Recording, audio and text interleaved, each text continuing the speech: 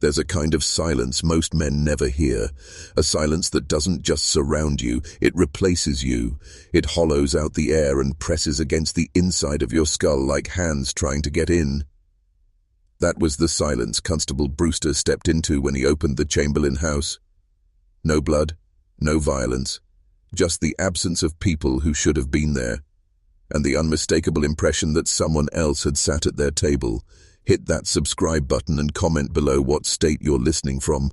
We want to know where the darkness still lingers. You were never supposed to hear this story. Because if you truly understand what happened in Hadley in the winter of 1826, you'll start questioning everything you thought was safe. You'll start to see the cracks in what you believed was real. Because what Ezekiel Drummond did in that town wasn't murder, it wasn't magic, it wasn't madness, it was method. Understand this, Drummond didn't kill anyone. He didn't need to. He spoke, and they obeyed, not because they were hypnotized, not because they were charmed, but because he reached into the very architecture of identity and dismantled it, piece by piece. 17 families, mothers, fathers, children, entire bloodlines, walked out into a snowstorm and disappeared as if following a call they couldn't resist, and the only man who seemed untouched, unmoved, unbothered was the professor. Who was he? Where did he learn the art of dismantling a person's will without touching them?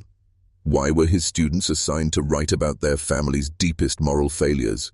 Why did the families vanish only after one of their children had spent time alone with Drummond? What you're about to hear is not a ghost story. It's not an urban legend. It's a pattern, a hidden doctrine passed quietly through centuries, wrapped in the language of reason and education, but rooted in some thing older, darker, more exacting than any religion. Ezekiel Drummond was not a man ahead of his time.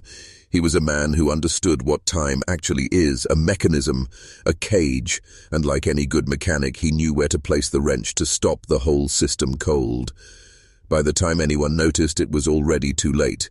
He had unwritten them. Before Ezekiel Drummond arrived in Hadley, the town was ordinary, safe, predictable. But men like him don't appear randomly. They're sent, not by governments or gods, but by something older than both.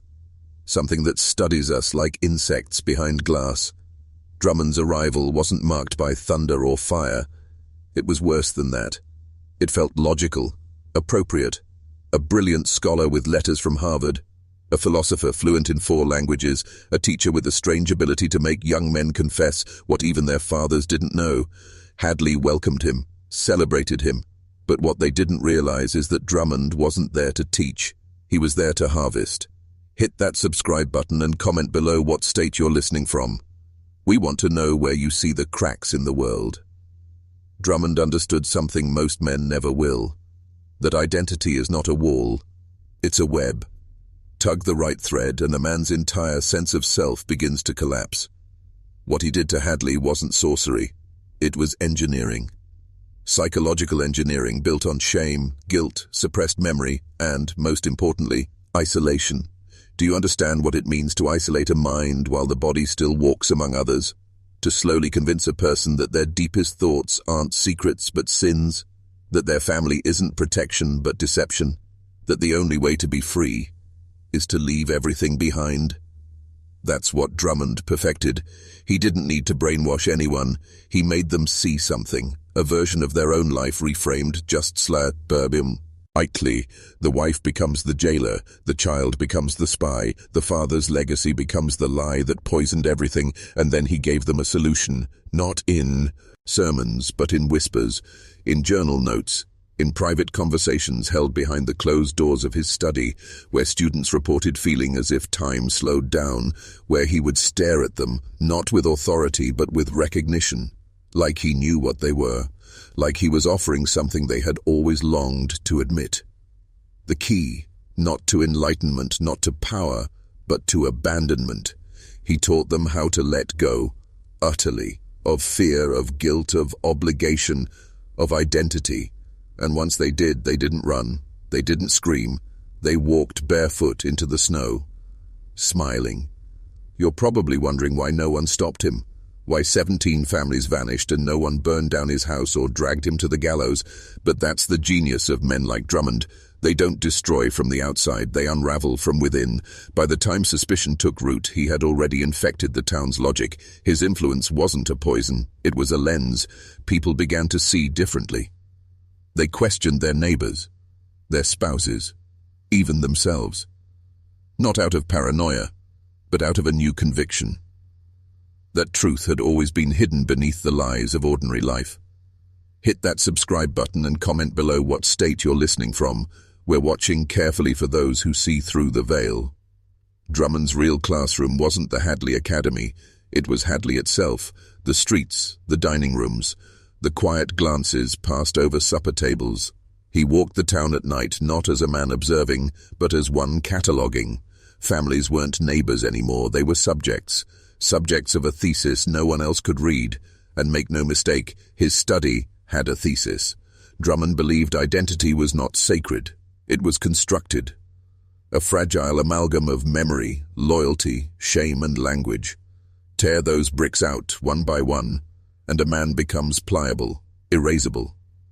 Think back to the Chamberlain, Lane family, that extra place set at the table, the bare footprints leading into the woods. That wasn't chaos, that was ceremony.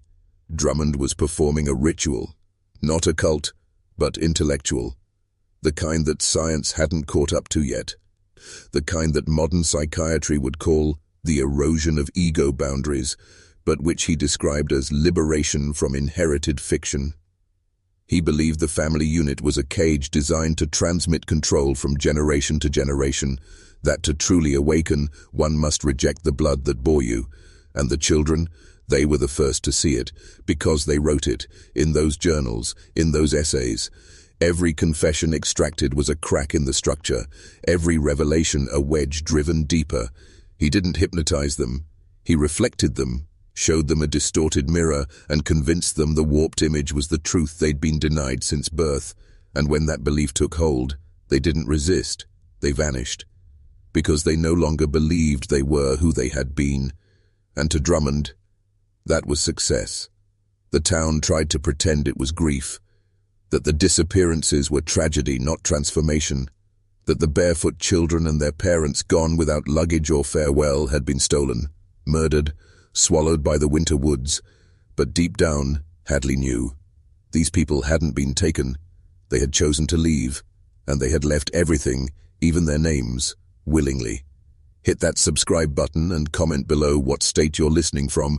We're tracking where these disappearances begin to echo. After the fifth family vanished, Drummond hosted a lecture, public, polished, cold. He called it the myth of the individual. He argued without blinking that personality was a collective hallucination, that no one is truly born with a self, that everything we think is us is borrowed from others, parents, teachers, lay, as scripture. And if that's true, then who are you really when you strip all of that away? Silence filled the hall that night. Not fear, not outrage, reverence, as if he had cracked something ancient and rotten, and now the light was pouring through. Several parents left in tears, but not from horror, from shame, from realization. 2 days later, the Myers family disappeared. They didn't pack. They didn't say goodbye. They left every light on in the house, every faucet running, a single line scrawled on the bathroom mirror. We were never who we thought we were.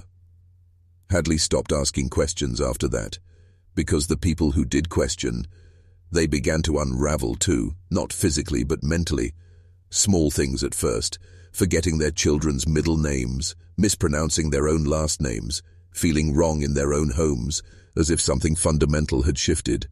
That was Drummond's brilliance. He didn't need to threaten anyone. He didn't need to harm. He just needed to implant doubt, a single fracture in the mirror of the self. And once that fracture spread, there was no repair. People didn't fear Drummond because he was dangerous. They feared him because he made sense. And that kind of sense, the kind that disassembles everything you've ever believed, is more terrifying than any demon or devil, because once you understand it, you can't go back. In the winter of 1878, a letter arrived at the Hadley post office addressed to no one, no stamp, no seal, just a black envelope, thick like animal skin with handwriting that seemed burned into the paper rather than written. The postmaster, a man named Ellis Reed, opened it against his better judgment. Inside was a single sentence. The family you remember was never yours to begin with. Hit that subscribe button and comment below what state you're listening from. We're building a map of where these patterns resurface. Reed never spoke again. They found him 2 days later on the schoolhouse roof, staring at the woods. No, screaming, not babbling, smiling. His mouth locked in a crescent grin so wide his cheeks had split at the corners. His wife said he hadn't blinked once since the night he opened that letter. And when they tried to bring him down, he whispered one phrase over and over. He's not taking us. He's just showing us where we left ourselves. They committed Reed to the Amherst State Hospital, where he lived 12 more years. Silent, still smiling, drawing the same image over and over on the walls of his room. A faceless family, holding hands, standing at the edge of a door suspended in the sky. Back in Hadley, something had begun to change. The snow didn't melt that spring. The trees bloomed, but the ground stayed hard and white, like the frost had rooted itself into the soil. Animals began migrating into town, not away from it. Foxes, deer, owls, gathering in silent clusters near the homes that had gone empty, as if they were waiting for someone. And all the while, Drummond taught his students, not just the children, adults too, town councilmen, bankers, even Reverend Whitmore. They began attending his gatherings at night, unannounced, slipping into his library like ghosts, candles lit, notebooks open, not taking instruction, confessing, writing feverishly into blank books, tracing their family trees backward until names disappeared, until there was only silence. He called it the erasure. No one knows what was said in those meetings, but one by one, the attendees began to forget. Birthdays, faces, words. One man lost the ability to recognize his own handwriting. Another forgot what a daughter was. And yet, they didn't panic. They smiled, like they were finally waking up. And from every home they left behind, one phrase remained, etched somewhere in chalk, ink, or blood. We go not to vanish, but to return to before. By midsummer, the streets of Hadley felt less like a one and more like a memory of one, faint, echoing, half erased. Porch swings moved with no wind, doors hung open with no one inside, mailboxes overflowed with letters no one would ever read. And still, no alarm was raised, no outside help was called, because the people who remained didn't want to be found. They weren't afraid of disappearing. They were preparing for it. Hit that subscribe button and comment below what state you're listening from. We're uncovering how deep this forgotten epidemic truly went. The only one who resisted was Margaret Lowe, the town's midwife, sharp as glass, church every Sunday, always carried a brass crucifix and a small black notebook she never let out of sight. She had delivered more than half the children in Hadley, had held them before their mothers had, and she swore she felt something wrong in those births after Drummond arrived. She called them the blank ones. They didn't cry, didn't kick, didn't grasp. Their eyes never locked onto their mothers, just wandered, as if they were already searching for a place to leave to. She said some of them never blinked once in the first month. Margaret tried to speak out, warn the elders, confront the church, but no one would listen. Even Reverend Whitmore, once a lion in the pulpit, now stared through her like fog. His sermons had become riddles, spoken backward or in fragments. He no longer mentioned God. He spoke only of echoes and returning to the source. So Margaret took her notebook and began writing. She documented each family who vanished, dates, names, behaviors before the disappearance. But the more she recorded, the less she remembered. She would wake up with ink on her hands and no memory of what she'd written. Pages went missing. One morning, the entire book was wet, soaked in what she prayed was rain. Then came the night of the fire. Margaret's cottage went up in flame without warning. No smoke, no warning, just a roar of blue fire that consumed the house without touching a single blade of grass around it. The townspeople gathered to wane, but no one ran forward, no one screamed, only Drummond stepped near the ashes. He picked something from the scorched soil, a melted piece of brass, and a few charred pages. Later that week, a new page appeared pinned to the town's notice board, burnt at the edges, written in Margaret's handwriting, "The blank ones are not born, they are invited. The river turned black on August 3rd, not muddy, not polluted, black, thick and still, like oil that no longer flowed. Fish floated belly up, the air smelled sweet, too sweet, like sugar boiled too long, and the birds no longer sang near the banks. Children stopped skipping stones. Even the frogs were silent. The town doctor, Elias Warner, took a sample and sent it to Boston for testing. The sample never arrived. Hit that subscribe button and comment below what state you're listening from. We're mapping the unnatural signs that marked every town before it fell into silence. Dr. Warner, a rational man with no tolerance for superstition, walked into the woods the next morning and wasn't seen for 6 days. When he finally returned, he was barefoot, gaunt, and missing 2 fingers. No blood. Just clean, blackened stumps, like they'd been severed in thought. He brought with him a crude map. Not of the town, not of Massachusetts. Of something beneath it. It showed Hadley like a floating raft on a vast, invisible network of corridors, spirals, and blind wells. Like a buried city no one had ever built. He called it the Echo Structure. And he swore that under every old town in the northeast the same pattern exists, just beneath our feet. When asked how he knew, he simply said, "Because I heard it humming." He was taken in for observation. 2 days later, the asylum nurse assigned to him vanished. Her shoes were found placed neatly in the hospital chapel. A child's drawing was discovered folded inside them, crayon on linen. It showed a long hallway underground, filled with people whose faces had no eyes, only mouths, all of them smiling. That same night, the moon never rose over Hadley, not covered by cloud, just absent. And in the pitch black, a sound returned, one the older townsfolk hadn't heard since they were children. A chant, but not in Latin. Not in any known tongue. Low, rhythmic, circular, like something being spoken in reverse and repeated until meaning became sound. Some said it came from the woods. Others said it came from beneath the school. Only one person claimed to understand it. A boy named Thomas Croft, just 8 years old, stood in the middle of the road the next morning, eyes closed, whispering along with the rhythm. When his mother grabbed his shoulder, he turned to her and said, "They're not singing to us. They're singing to what's left of us." Then he opened his mouth, and from it poured river water, black as tar.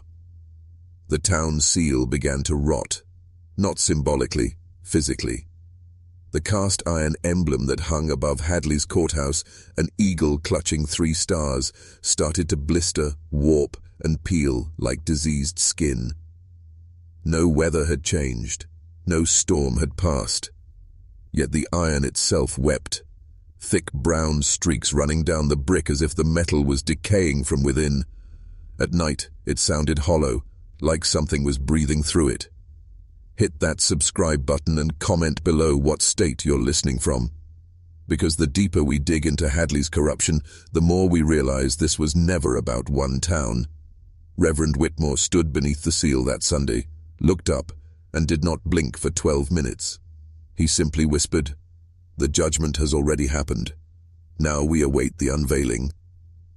People laughed nervously. A few left the church early, but by then no one could deny it anymore. Hadley was changing. The soil underfoot grew soft in some areas, like wet skin. Dig a few inches, and it wasn't dirt anymore. It was something grey and fibrous, as if veins had replaced roots. Children brought home mushrooms shaped like fingers. They bent wed and touched.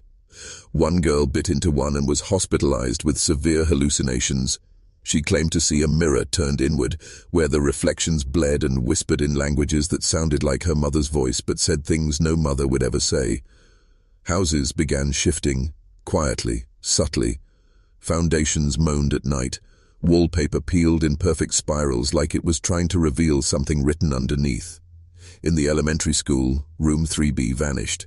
It had been there on Friday, filled with desks, maps, and windows. On Monday, there was only a wall, freshly painted, no seams, no trace, just gone. When asked, the principal simply said, We never had a 3B, but parents remembered, students remembered, photos existed. Then those photos began to change.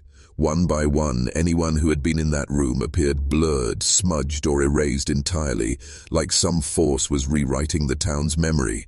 And worst of all, at the edge of town, where the trees were thickest, a new trail appeared. No one had cut it, no map showed it, but every morning it was a little clearer, a little wider, leading deeper into what locals called the Red Hollow.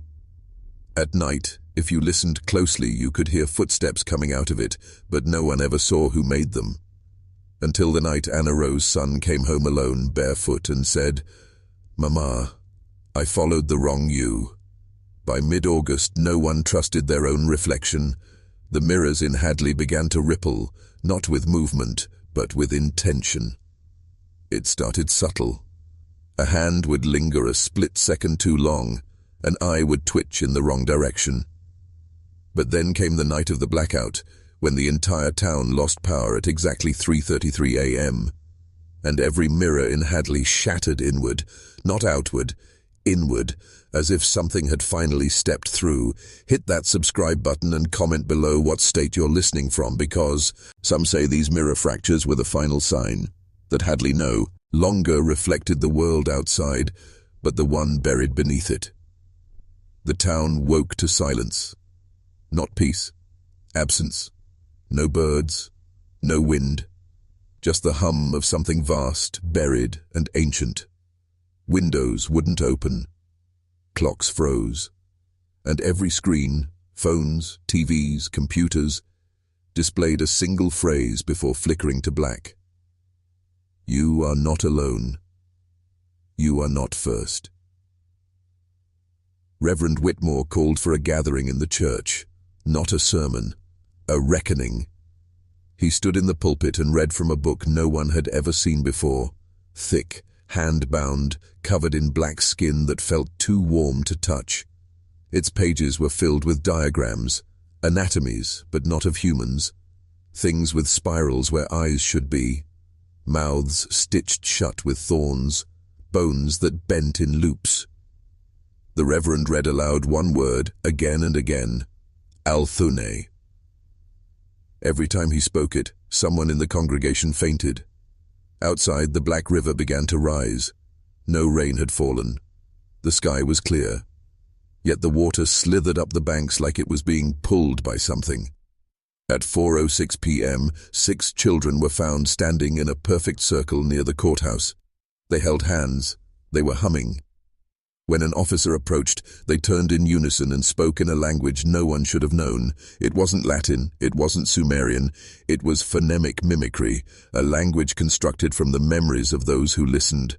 One mother collapsed, screaming, claiming her daughter had spoken the exact words her husband whispered before dying in the war. Another man vomited and said he heard his dead brother's voice confessing to a crime. The children were taken in. They didn't resist. They didn't blink. And that night, every resident of Hadley had the same dream. A staircase, endless and narrow, spiraling downward into a well of teeth. And at the bottom, waiting patiently, was a child with no face, holding your exact reflection in its hands. By the end of August, people stopped sleeping. Not out of fear, out of instinct. Something in their bodies had shifted, like the circadian rhythm had broken away from Earth's rotation. Time felt thinner in Hadley. Hours stretched. Shadows bent in the wrong direction. The sun would set at 7:52 p.m., but darkness wouldn't arrive until 9:13, and even then, it didn't feel like night. It felt like something pretending to be night. Hit that subscribe button and comment below what state you're listening from, because in Hadley the sky itself began to lie. Animals were the first to go mad.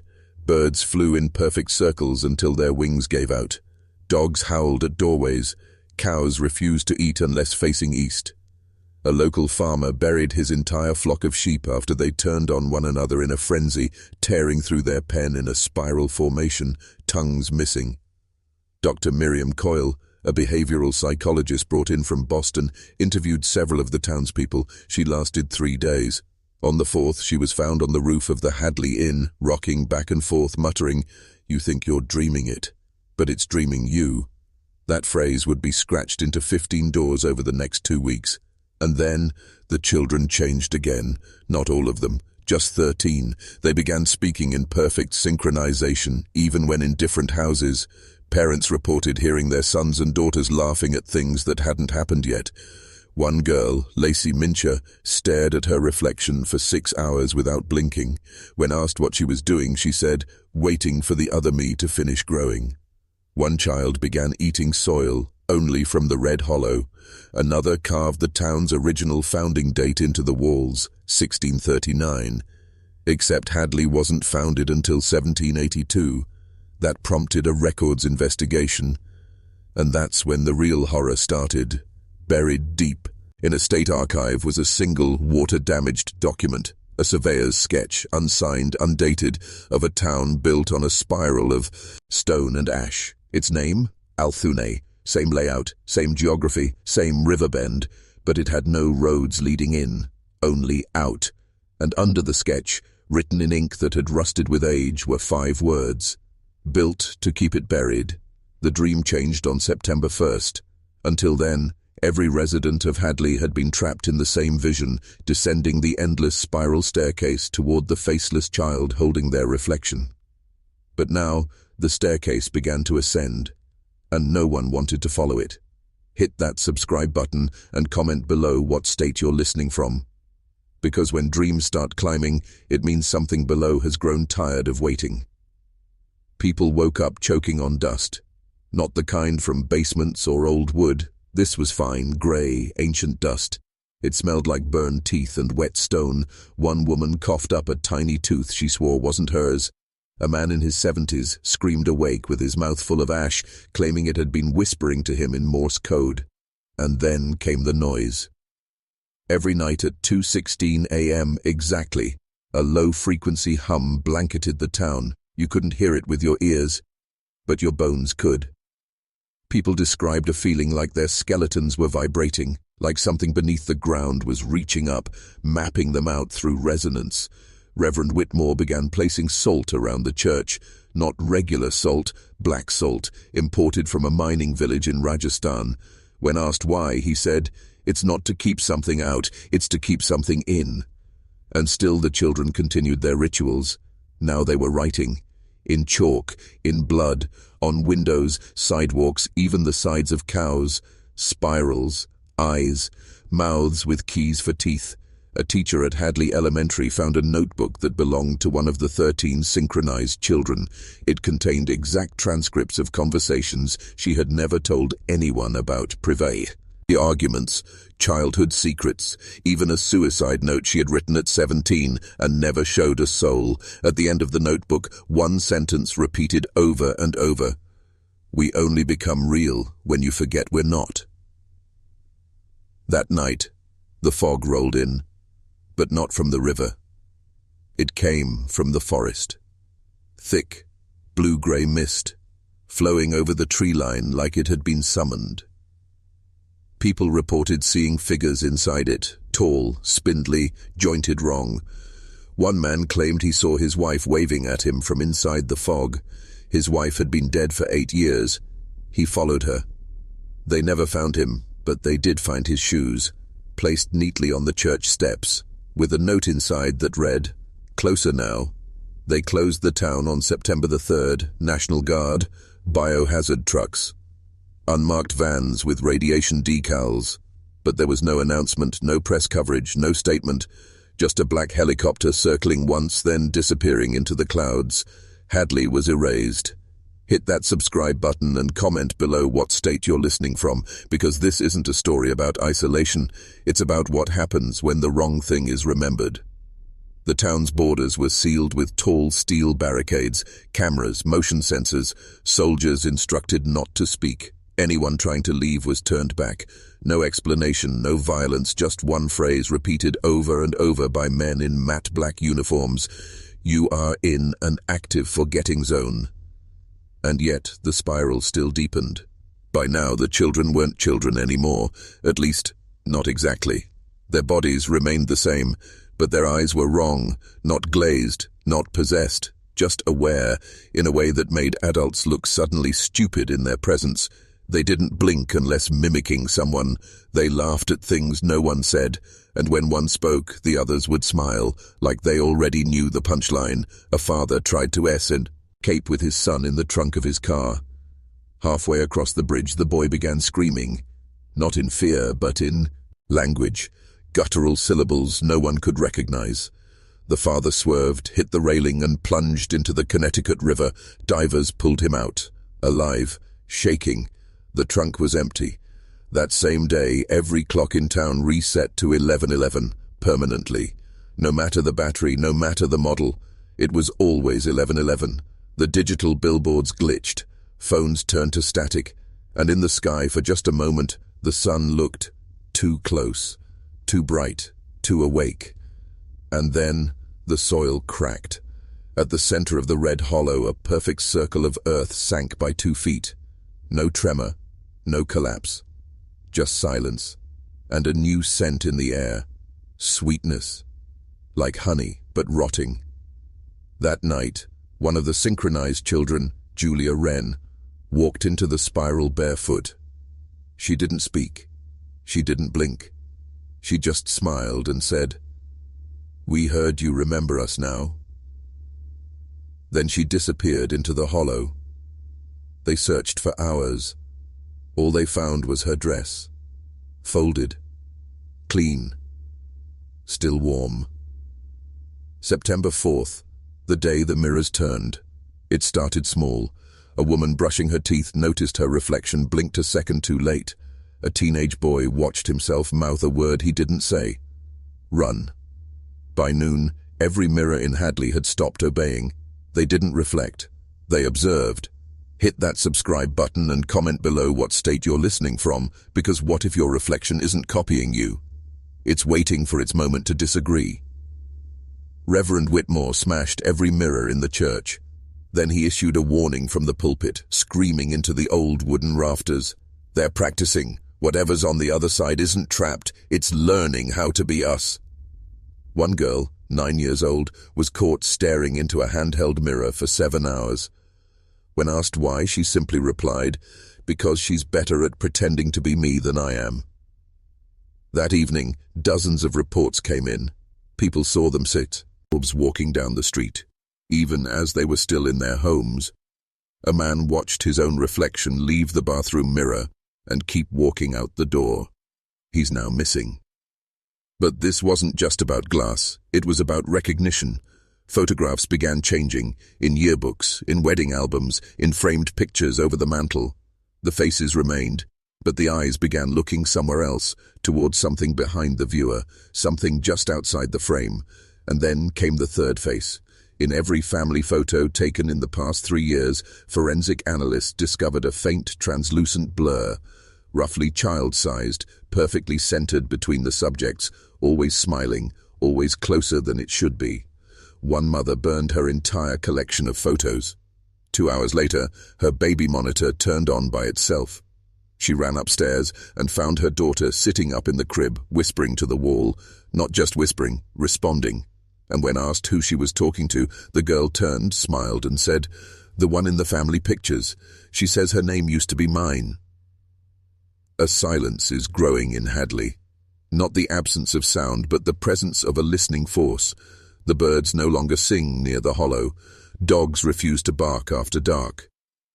The town's last radio station played static at 3:33 a.m., then looped one phrase in a child's voice. "There is only one true face, the one behind yours." The sheriff tried to shut it down. He walked into the broadcast booth and never came out. By September 5th, names stopped working. You could say them, you could write them, but they no longer held people. Call your wife across the yard, she wouldn't turn. Call your son at the dinner table, he'd just keep eating, slowly, deliberately, as if the name you'd given him no longer applied. Hit that subscribe button and comment below what state you're listening from, because when names lose power, so does identity. At first they blamed the stress, then someone tried to speak their own name into a mirror. Nothing came out. Not silence. Nothing. No breath. No vibration. Like the sound was pulled into the glass and consumed. The school stopped taking attendance. The children began responding only to symbols, glyphs drawn in crayon, shapes that hadn't been taught. Some resembled eyes, others looked like spirals. One, like a perfectly symmetrical jaw. By noon, 37 students had renamed themselves with a single mark. They refused to answer to anything else. That night, in the Wren household, the mother, Eliza, woke to find all the books in the house opened. Not just opened, but rearranged. Piles of open pages. Every single character's name scratched out with something that wasn't ink. Some pages bled. But what's worse, the missing pages weren't blank, they were mirrored. She reached out to touch one, and the paper pulled back. And then came the sirens. At 2:14 a.m. the emergency alert system activated citywide. But the message wasn't a warning. It was a whisper. Every TV, every phone, every car radio. The same phrase, repeated in a child's voice. If you can't name what's watching you, it means it's already inside. 10 people clawed at their faces that night, trying to peel something off, something they swore wasn't theirs. One man succeeded. His skin came off in a single, seamless layer.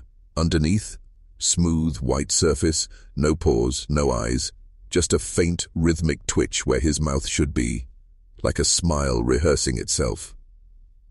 The next morning, the town's welcome sign was gone. In its place, a wooden plank nailed to the post. Burned into it, crudely, "You never named us." And underneath, drawn in black ash, by September 6th, language itself began to fail. Not all at once. Not like a power outage, but like mold creeping silently through the gaps between words. You'd start a sentence and forget how to end it, ask someone a question and they'd reply with phrases that sounded close but not quite human. Hit that subscribe button and comment below what state you're listening from, because if your own words no longer belong to you, who's really speaking through your mouth? It began with the children. Their lullabies twisted into unfamiliar cadences, tunes their parents never taught them. A mother caught her daughter humming something in her sleep, and when she leaned in, she didn't hear a song. She heard a clock, ticking, backwards. Teachers at Hadley Elementary tried to continue lessons, but the blackboards would rewrite themselves. Chalk lines formed symbols no one recognized, yet students nodded along like they understood. A boy stood up in class and spoke an entire paragraph in reverse. Not just backwards, inverted. The teacher had a seizure on the spot. Doctors tried to document it, but their transcripts melted into gibberish. One physician stared at his own notes for 5 hours, then tore out his eyes and whispered, "They're hiding in the grammar." Then came the prayers. At St. Elmo's Chapel, parishioners began reciting the Lord's Prayer as usual, but halfway through the entire congregation froze, and with glassy eyes they finished it in unison, in Latin, spelled backwards. Males assed libera nos. The priest fled. He was found in the woods hours later whispering the same phrase to the trees. They rewrote us, from the inside. The hospital intercom started playing messages no one recorded. Not warnings, not instructions, just attempts. Garbled attempts to form sentences, like something was trying to learn the shape of communication. One message played at 3 a.m. was recorded. I, we, is me. Not from mouth, but under tongue, inside letters. Watching. He speaks us. He speaks us. Linguists brought in from Boston went mad after reviewing only 20 minutes of town audio. One wrote across the kitchen wall of his hotel room in his own blood. Language was a cage. They opened it. And behind the town's remaining road sign, a new phrase was carved. You can no longer speak because we are finished listening. By September 7th, the mirrors began lying. At first, it was subtle. Your reflection might blink half a second too late, or hold its smile just a bit too long. People shrugged it off. Poor sleep, stress, warped glass. But then, the reflections stopped following altogether. Hit that subscribe button and comment below what state you're listening from, because when your own reflection refuses to obey, it means something else is watching back. A woman in her kitchen watched herself pour coffee, then noticed in horror that her reflection was still holding the kettle, motionless, smiling. When she dropped the kettle and screamed, the glass version kept smiling, then slowly tilted its head and mouthed something. Not a word, a number. 7. She smashed the mirror, but the shards kept the image, still smiling. Across town, barbers reported clients whose reflections showed open eyes while they slept. One man demanded to be shaved with the mirror covered. When asked why, he whispered, "It's not my face, it's someone wearing it." At the Hadley retirement home, 3 residents refused to enter the bathrooms. One elderly man died trying to cover every mirror in his room with wet sheets. When staff removed them, they found writing smeared across the mirror from the inside. It read, "Do not reflect me. I will learn too fast." Security footage from a boutique downtown showed a woman staring at herself for over 47 minutes, unmoving. When an employee touched her shoulder, she collapsed. Her eyes had turned completely black. The autopsy revealed no brain activity, but her lips kept twitching, forming words that made no sound. One doctor finally said aloud what others feared. "We're not looking into mirrors anymore, we're looking out." Then came the duality attacks. Husbands saw wives who didn't match their reflection, as children sobbed in corners, screaming, "That's not my mom, that's her copy." But when authorities arrived, there was always only one person, no trace of another. In an abandoned antique store, a massive Victorian mirror was found shattered from the inside. The floor below it was burned in a perfect circle, and written across the ceiling above, in dozens of children's handprints, "We were never the reflections, you were." By nightfall, all the glass in Hadley cracked at once. No wind, no quake, just one long, echoing sound, like a breath, being drawn in. By September 8th, the sky turned against them. It didn't darken, it flattened. Residents looked up and felt vertigo, as if gravity had reversed. The clouds stopped moving, birds hovered in place, wings frozen mid-flap. Planes disappeared, not crashed, not missing, just gone, as if they'd flown into a ceiling painted to look like sky. Hit that subscribe button and comment below what state you're listening from, because if the sky above you isn't real anymore, then what world are you actually living in? At 7:03 a.m., the sun rose twice, not sequentially, simultaneously. 2 perfect suns on opposite ends of the horizon, one warm and golden, the other dead white. People watched from rooftops, dazed and nauseous. Those who looked too long began to forget their names. A child pointed up and asked, "Which one is real?" Her father whispered, "Neither." At the local observatory, the telescope refused to focus. The stars were moving in patterns, not orbits, sentences. An astronomer, sobbing, recorded coordinates on the back of a church hymnal.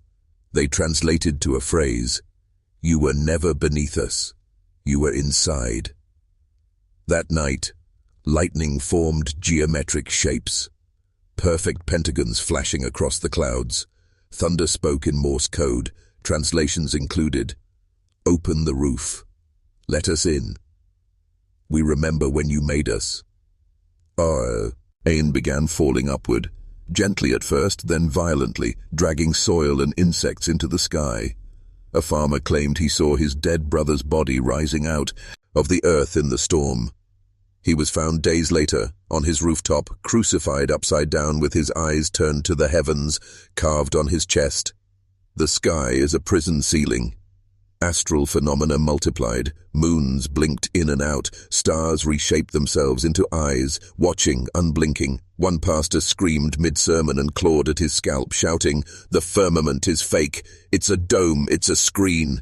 He died of cardiac arrest, eyes locked upward. In the town square, the statue of Hadley's founder crumbled, not from age, from exposure, as if the sky's gaze had burned it away. And as the clouds began folding into themselves like torn fabric, one final message was scrawled across every window pane, every windscreen, every reflective surface. You looked up. Now we look down. By September 9th, time itself began to fracture. It started subtly, clocks falling out of sync, watches spinning backward, shadows moving before the body. Children aged years in hours.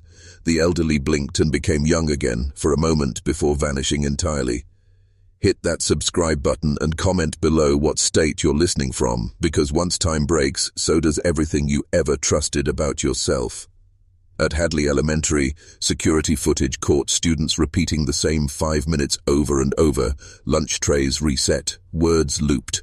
One boy realized what was happening and tried to warn his teacher.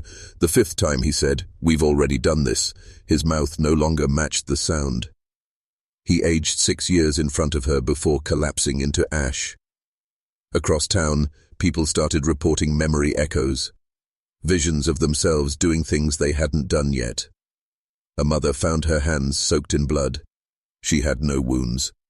But 23 minutes later, she would find her daughter dead in the bathtub. Same blood, same smell. In a retirement home, a woman sat knitting. Suddenly she succumbed, hooked up and whispered, "I already died here.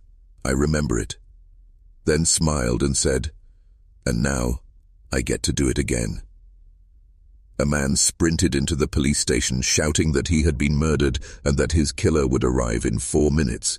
He was right, but the killer claimed he hadn't done it yet. Witnesses said the air itself shivered like film skipping. Trees flickered between fall and spring. Streetlights blinked between 3 a.m. and 4 p.m. at random. One boy claimed he saw a second version of his mother across the street, identical but slightly out of focus. She looked at him, smiled sadly and said, "Tell her not to take the pills this time." Then she walked into a wall and vanished. A team of physicists from out of town arrived to study the anomaly. They set up time measurement rigs near the town's borders. Only 2 of the 5 scientists came back. One was blind. The other said only one thing before dying. "It's not that time is breaking. It's that it's remembering what we did to it." Local radio began playing decades-old broadcasts, in reverse. And every 11 minutes exactly, a voice would whisper, "You were warned in 1871. But no one knows what happened in Hadley in 1871. No record exists. Only a phrase carved into the foundation of the old town hall, now unearthed as the earth crumbles beneath it. The clock was never ours to wind. By September 10th, Hadley no longer existed on maps. GPS devices rerouted drivers away from it. Road signs leading into town were found blank, stripped of paint, as if erased from memory.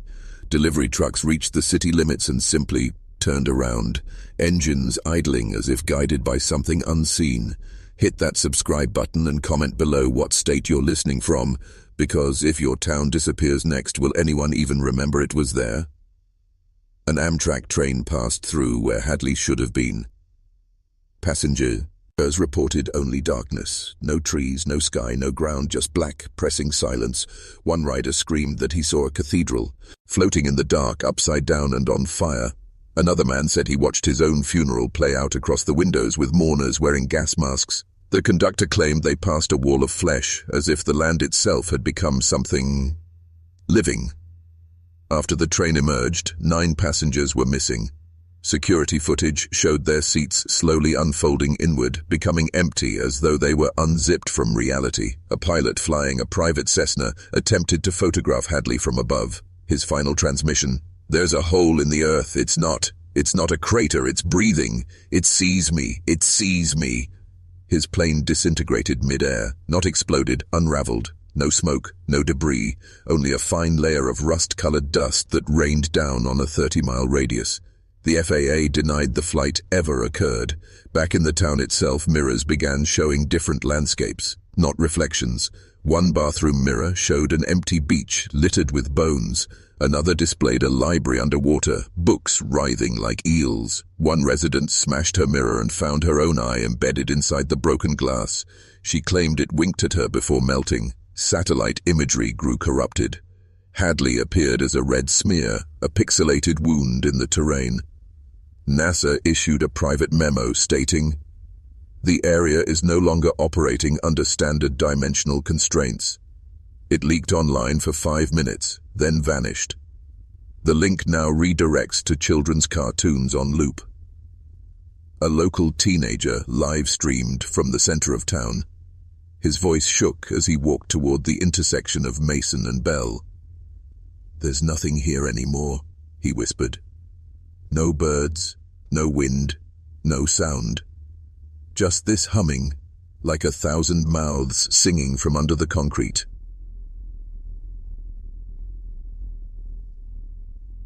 He aimed the camera downward. The sidewalk had teeth. He screamed. The stream cut out. Police later found his phone sitting on the pavement, still recording. But the footage now shows a forest at night where voices whisper, "You left the door open, and now you've forgotten where it was." Hadley was gone, but something else now stood in its place. By September 11th, those who had left Hadley began to rot. Not physically, not at first. Their minds went first. Clear, articulate people became vacant, twitching shells. They called it mirror rot, though doctors insisted there was no pathogen, no trauma, no cause. Just a slow disintegration of thought, followed by the voice. Hit that subscribe button and comment below what state you're listening from, because if the sickness leaves no trace, how do you know it hasn't already entered your home? One woman, Anya Colburn, a former Hadley resident, sat down at her kitchen table in Boston and calmly bit off her own tongue. When paramedics arrived, she had drawn hundreds of small, perfect circles on the wall in her blood, each one filled with a single phrase repeated, "I remember the mirror. The mirror does not remember me." Another survivor, Daniel Meeks, a nurse who had evacuated the Hadley Care Center, spoke in an interview. "It's like something followed me. A version of me. It moves when I sleep. I can hear it breathing behind the walls." That night he locked himself in his bathroom and screamed for 4 hours. When police broke down the door, he was missing all his skin, but there was no blood, just neat piles of hair, nails and teeth organized in rows, and on the mirror written in something clear and sticky, "I've taken the better Daniel." His wife vanished 2 days later. Her voice kept calling her own phone for hours after she disappeared, just a soft whisper saying, "Don't look in the lake, that's where it remembers." The decay began affecting photographs next. Family portraits taken before the disappearance began to change on their own, eyes turned inward. Smiles faded. In one frame, a father who had died years ago slowly vanished from every image, until only an empty chair remained in every scene where he once sat. One child's drawing, mailed from a Hadley evacuee in Minnesota, depicted a house with no windows, a son with black teeth, and the words, "This is where Grandma lives now, in the never time." Psychiatrists called it mass trauma, collective delusion, but then came the dream convergence.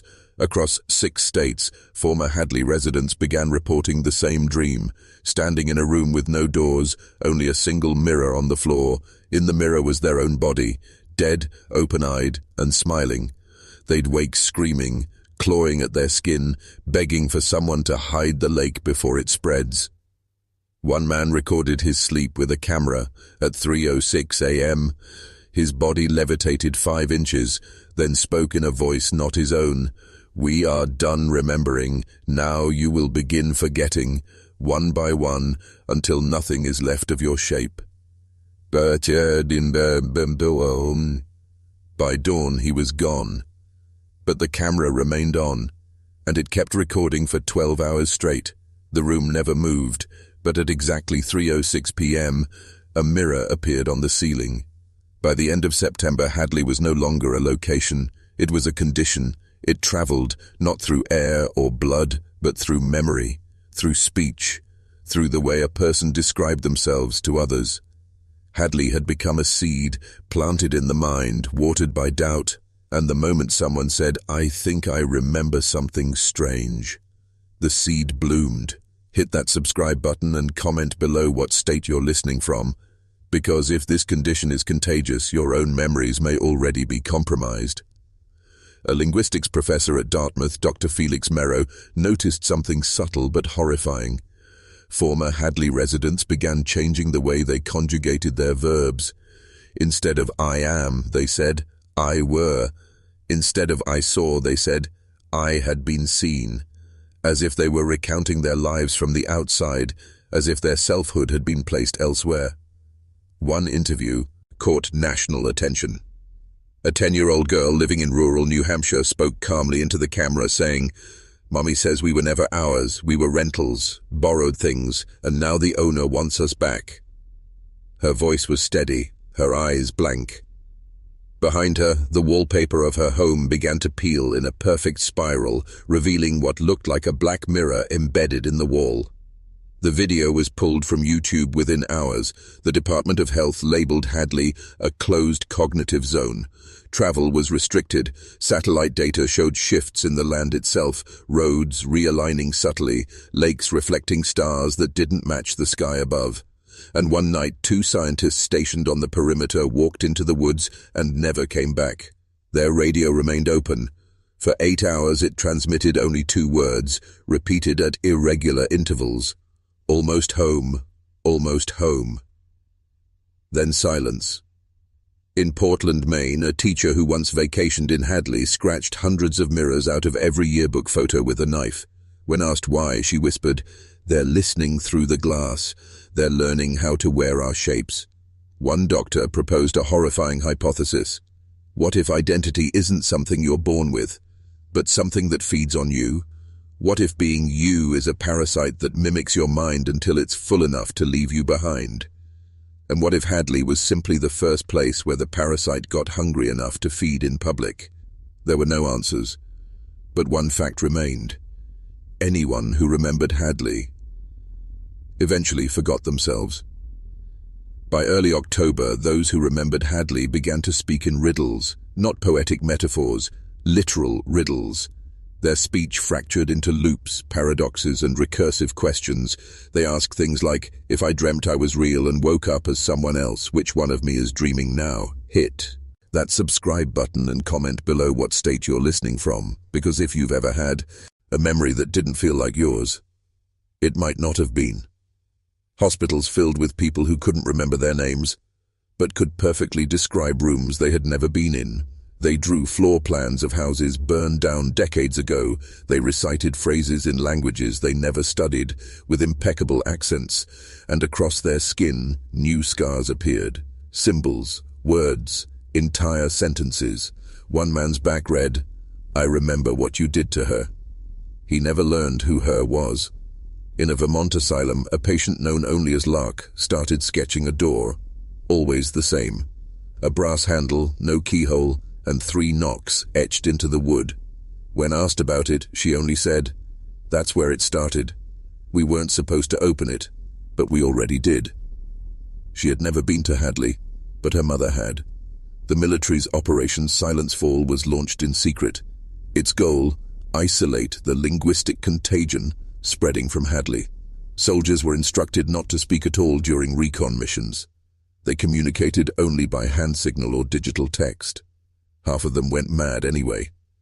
One soldier drew symbols into his own chest with glass shards. Over and over again he wrote, "I am not the first me. I am not the last me." Meanwhile, the National Map System began removing Hadley entirely from GPS databases, and yet some users reported accidentally navigating there anyway. One hiker found themselves on Hadley's main street, despite inputting a destination 40 miles west. Their phone displayed no signal, but in the sky above, planes froze in mid-air. Not hovering, not suspended by weather, but caught in a paused frame of time. Wings flexed, engines silent. A bird mid-flap beside them, then gone. Reality was no longer bound by time or direction or memory. It obeyed something else now, something deeper, older, hungrier. And as the town dissolved, as the people forgot, as the sky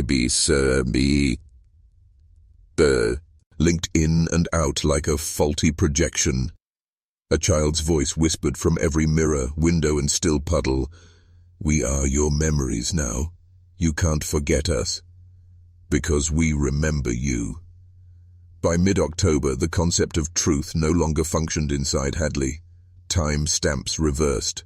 Video footage contradicted eyewitnesses. People recorded themselves locking their doors, only to watch the footage and see someone else do it. Someone with their voice, their face, but eyes that were just slightly off.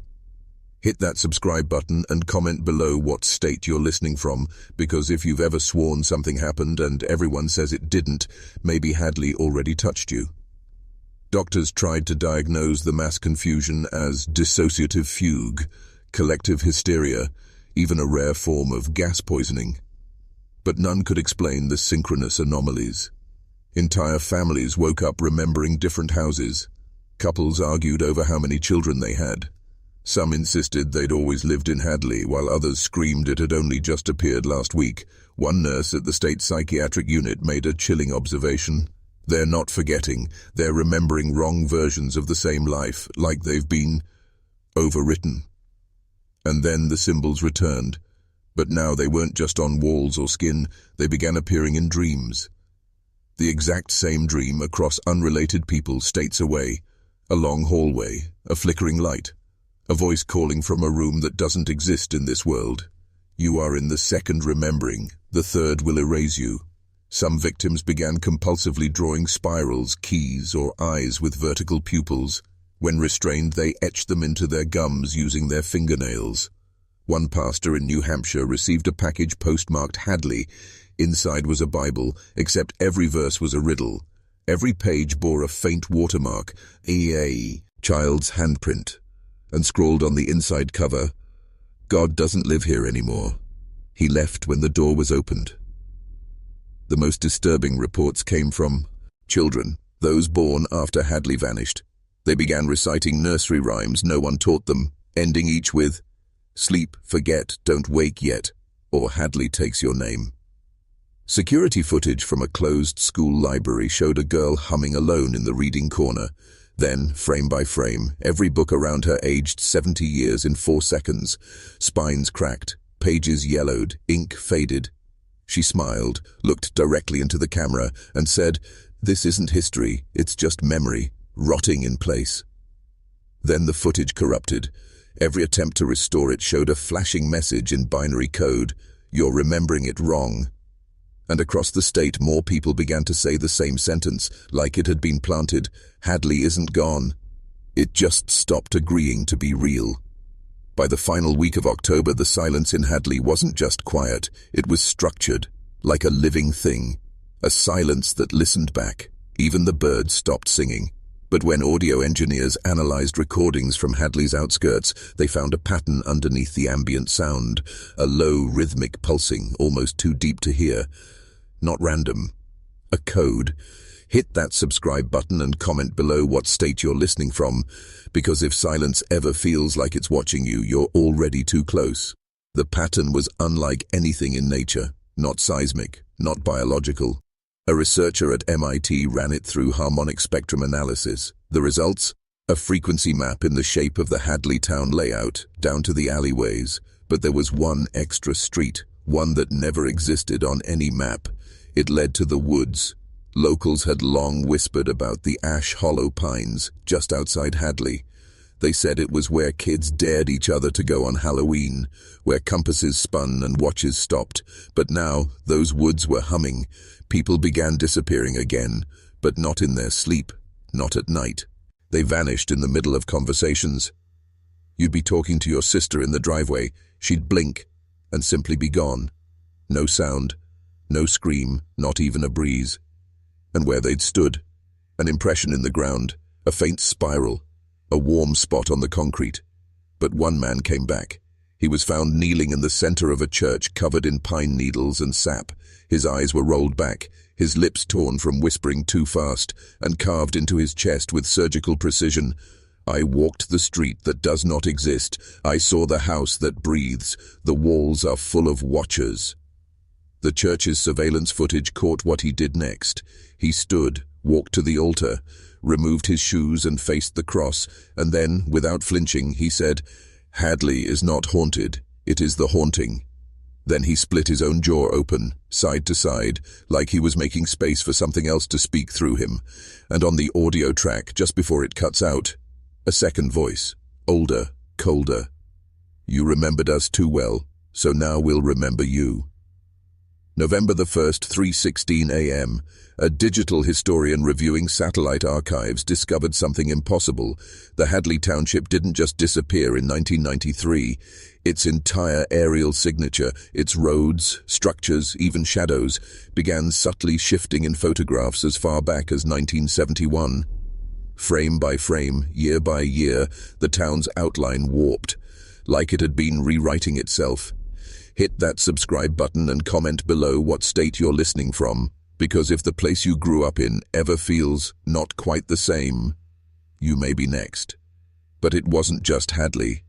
Overlaying recent satellite data with original government archives showed faint remnants of that same extra street appearing in other towns. Ghost roads that existed only between frames, only when time-lapse footage was slowed to the millisecond. They all pointed to Hadley. Researchers called it a geographic parasite, a non-physical architecture that infects memory, data, and even terrain, a place that invades the idea of place.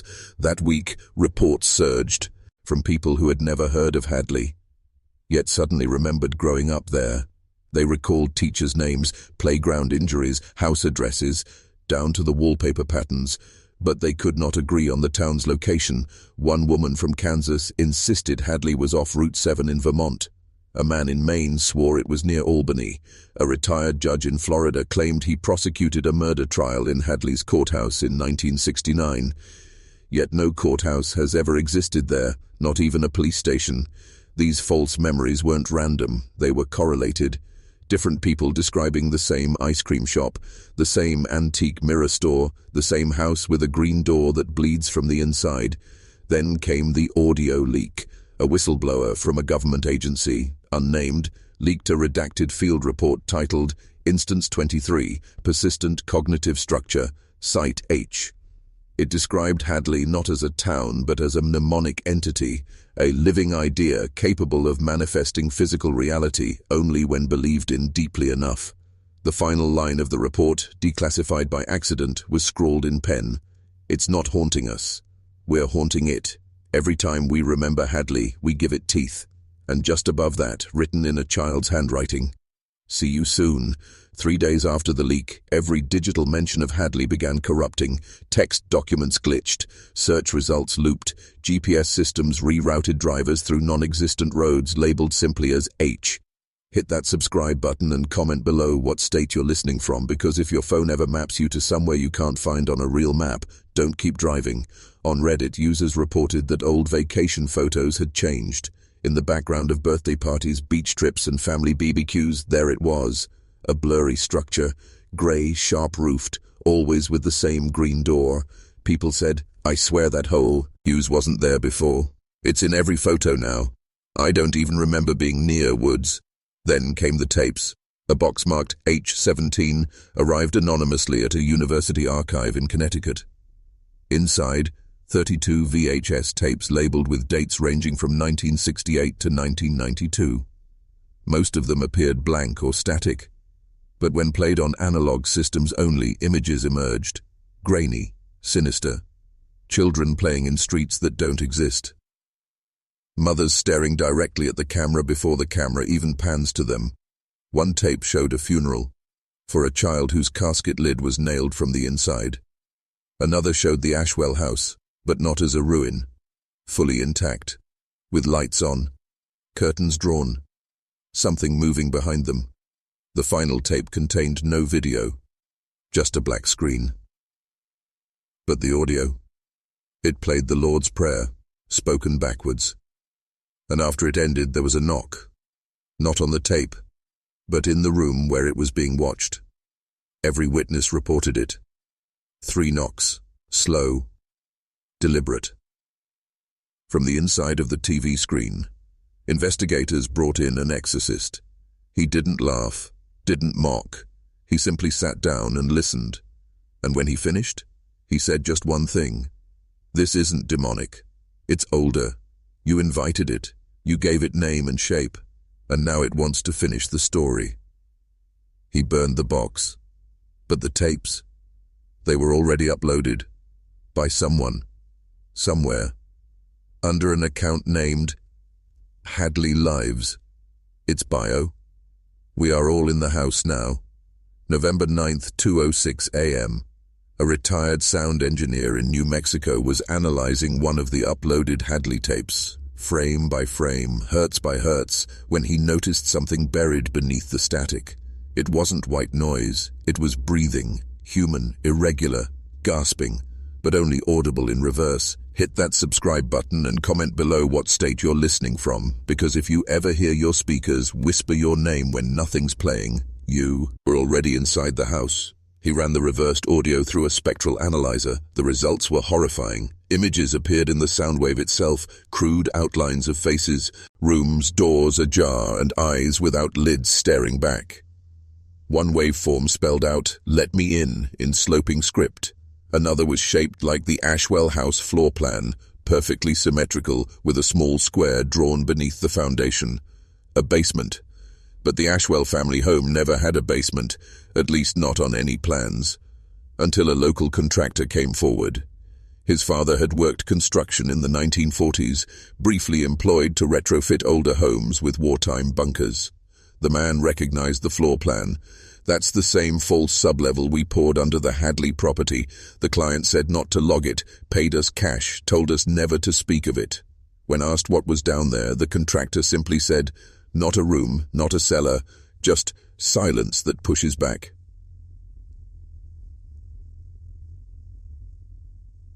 The original blueprints were retrieved from a condemned storage unit in Albany. Inside a rusted drawer marked HA2, they found a single rolled schematic titled House Within House. It depicted a structure buried 30 feet beneath the Ashwell home, identical in layout but inverted, upside down, with stairways that led into the ceiling and doors that opened into darkness. No electrical, no ventilation, only one annotation scribbled in red: "Do not let them knock." Then came the emergency call. A team of amateur urban explorers chasing online law had broken into the ruins of the Ashwell home. They'd found a trapdoor beneath what used to be the dining room. They descended, recording the whole thing. At minute 47 of the live stream, their flashlight flickered, static surged. One of them whispered, "It's the same as the dream. I've been here." Then 3 knocks, and the feed went dead. When authorities finally reached the Ashwell site the next morning, all they found was a single phone, still recording, battery somehow at 2%. The footage had been wiped clean, overwritten by a single looping frame. A close-up of the trapdoor, slightly ajar, and just beneath it, an eye, wide open, unmoving, as if watching back. Hit that subscribe button and comment below what state you're listening from, because if you ever find a door in your house that wasn't there before, don't open it. The footage was submitted to digital forensics, but when the analyst clicked play, the software crashed. All other devices connected to the same Wi-Fi also reset simultaneously. Printers ejected blank pages, routers shut off, smart lights blinked in Morse code. The pattern translated to, "Come home." That same week, survivors from the Ashwell lineage began experiencing synchronized dreams. Each described a cold hallway lined with mirrors, a ticking grandfather clock with no hands, and a voice behind the walls whispering names that hadn't existed for decades. One woman, 83, a distant cousin of the original family, was found rocking in her bathtub, water cold, whispering, "The girl is still hungry, and the house is still growing."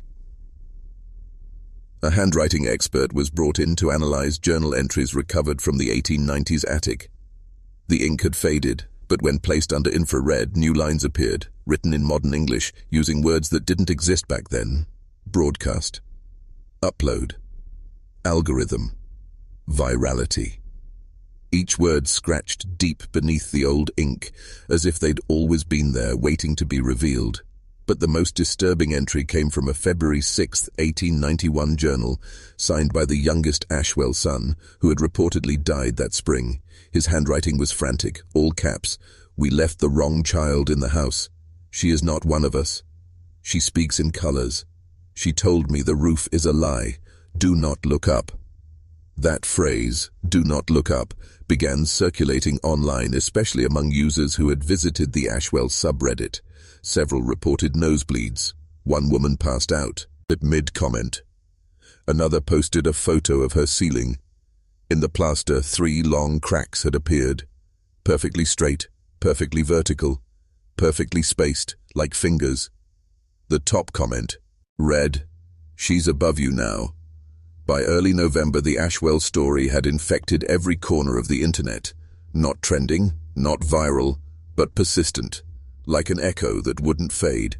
Thousands reported hearing tapping sounds behind their walls, always 3 knocks, always between 3:03 and 3:06 a.m. Hit that subscribe button and comment below what state you're listening from, because if the knocking ever answers your thoughts, you're not alone in your house anymore. A podcast host in Oregon played an audio file said to be recorded inside the Ashwell home during a live episode. 4 minutes into the playback, his microphone cut out. Then his lights. Listeners later said they heard a second voice on the recording. One that hadn't been in the original file. It whispered, "The ash remembers. The well opens. The mouth is ready." The stream crashed. But for 13 seconds afterward, viewers saw a looping clip of the host frozen, his mouth wide open, eyes rolled back, while the screen flickered with a series of images, too fast for conscious recognition. Frame-by-frame analysis revealed a crib with no bottom, a woman upside down on a ceiling, smiling too wide, and a photo of the original Ashwell family, except one face had been scratched out, replaced with a blurred, tooth-lined shadow. That night, his entire archive was deleted, even backups, all gone, and in their place, a single file titled, "She Walks Inside Your Version." The link leads nowhere. Except, if you open it at exactly 3:06 a.m., a pop-up appears. No code, no metadata, just 5 words. "You are building her house." No one knows what it means, but construction blueprints for homes across the Northeast, particularly those renovated after 2020, have been showing unexplained design flaws, extra doorways, impossible crawl spaces, stairs that lead into walls. Inspectors report feeling watched inside these homes. One architect went missing after claiming, "I didn't draw that second chimney." But the most unsettling moment came from a contractor in Massachusetts who removed drywall behind a sealed closet, behind the insulation, behind the frame. He found a small, perfectly preserved child's dress, stitched inside the hem in letters too neat for any hand. "Thank you for remembering me. I am almost ready."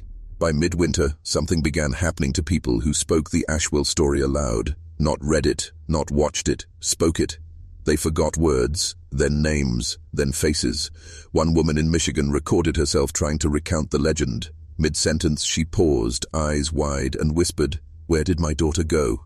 Behind her on the shelf, a family photo blurred in real time. Moments later, her entire YouTube channel vanished. Hit that subscribe button and comment below what state you're listening from, because if you say her name too many times, she starts saying yours. Hospitals across the East Coast began reporting unexplainable cases of linguistic erosion. Patients who could speak but had replaced every noun with her. Her is under the stairs. Her is sleeping in the drain. Her told me I was borrowed. Doctors called it aphasia. But one nurse said something worse. These people, they're not trying to speak to us, they're trying to speak to her.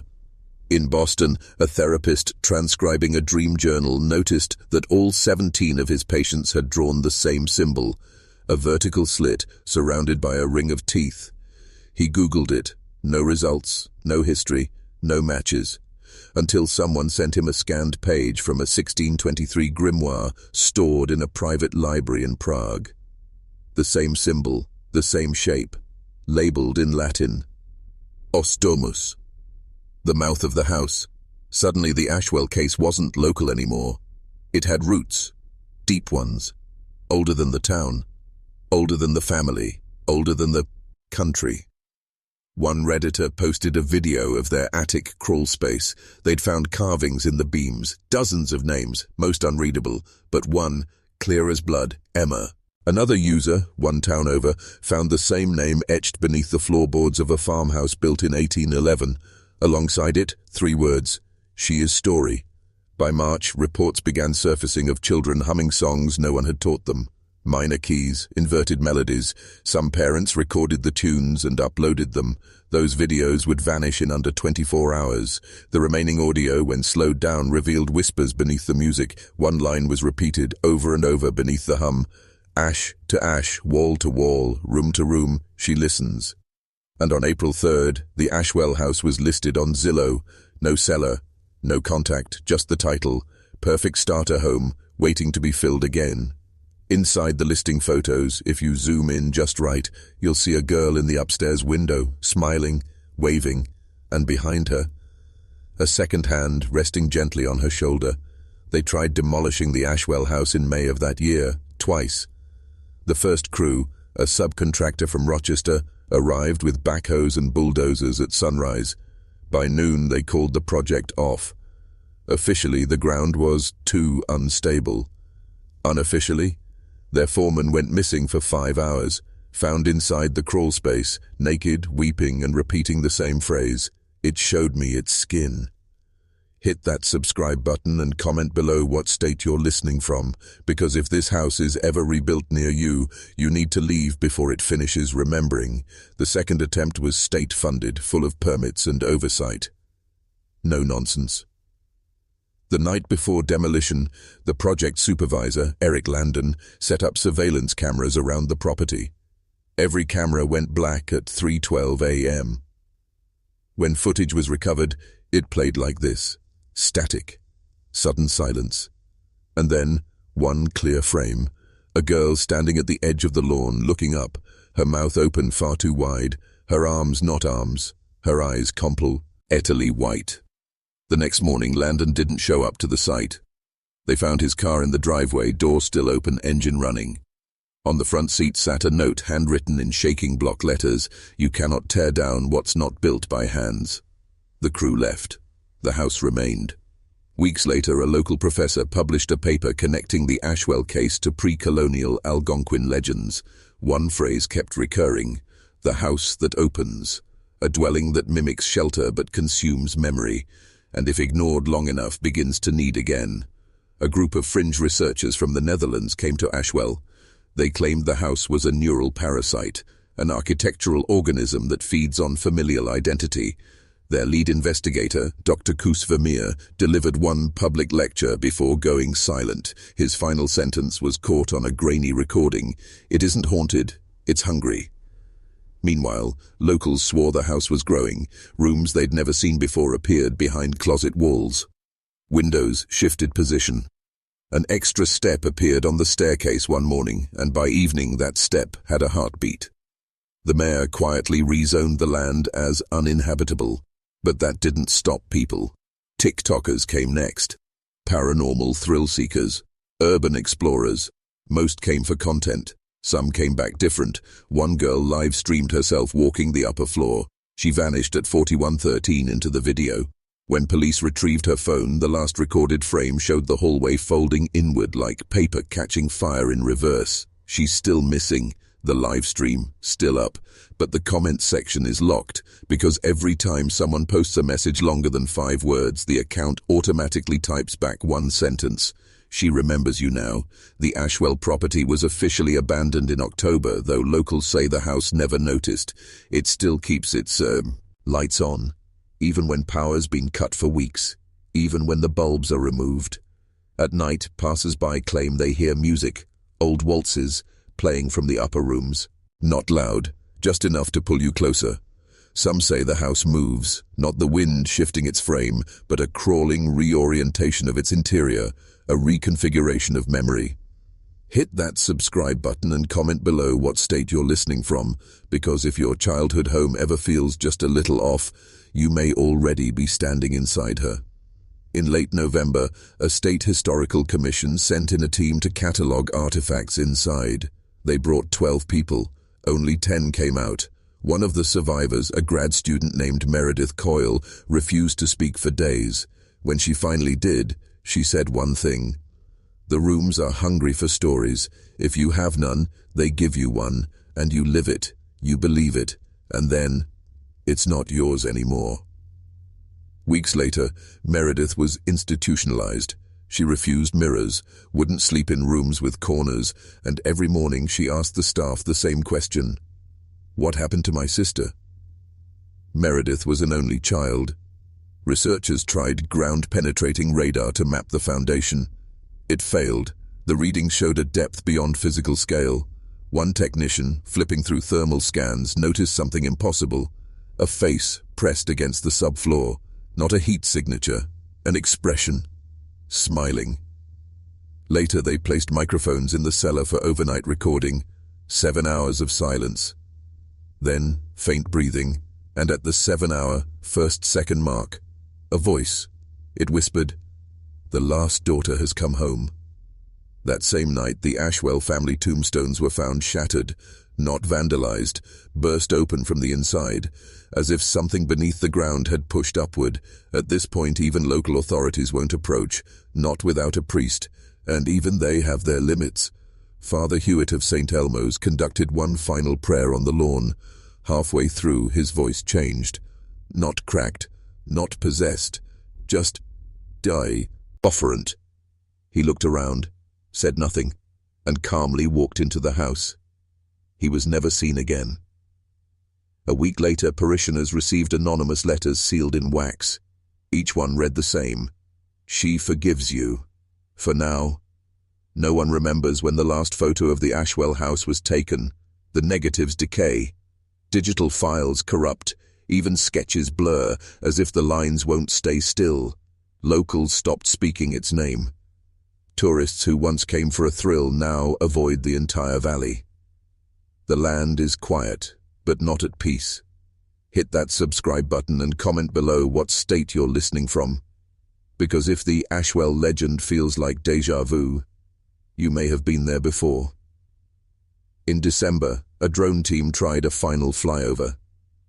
The footage streamed perfectly until the drone hit the center of the property, then static, then screaming, then for 3 seconds a girl's face, translucent, eyes like cracked glass, filled the frame. When the video was recovered, that clip was missing. Only the operator remembers, and he hasn't spoken since. A historian named Dr. Eli Vaughn combed county records for anomalies tied to the Ashwells. He found something buried, an 1833 letter from a Reverend Tobias Lang, addressed to whomever finds this. It reads, "The girl is not theirs. She was made, not born. The house chose her. She holds its name like a coffin holds breath, and if she ever speaks her true story, the veil will burn." In 2024, Vaughn vanished from a hotel in Danvers, Massachusetts. The last footage shows him leaving room 217. Behind him, in the hallway mirror, a second Vaughn walks a split second out of sync. No one has explained that. And now, there are sightings all over the country, people describing a pale girl in a nightdress standing just beyond the tree line, always smiling, always watching. Sometimes she leaves something behind, a hair ribbon, a child's shoe, a mirror turned inward. One caller to a late-night radio show claimed he found an antique locket on his porch. Inside was a photo of his mother, at age 9, standing in front of the Ashwell house. She'd never been to Maine. The show cut off moments later, and has never aired again. Whatever the Ashwell house was, a home, a prison, a womb, it is not empty, it never was. And somewhere in the dark places of your memory, a hallway you can't place, a voice you almost recognize, a door you've never opened, she waits. Because every family has a secret. Every bloodline has a cost. And sometimes the past doesn't stay buried. Sometimes it calls you back. By name. Whispered by the house that still remembers. The Ashwell girl, still waiting, still watching, still home.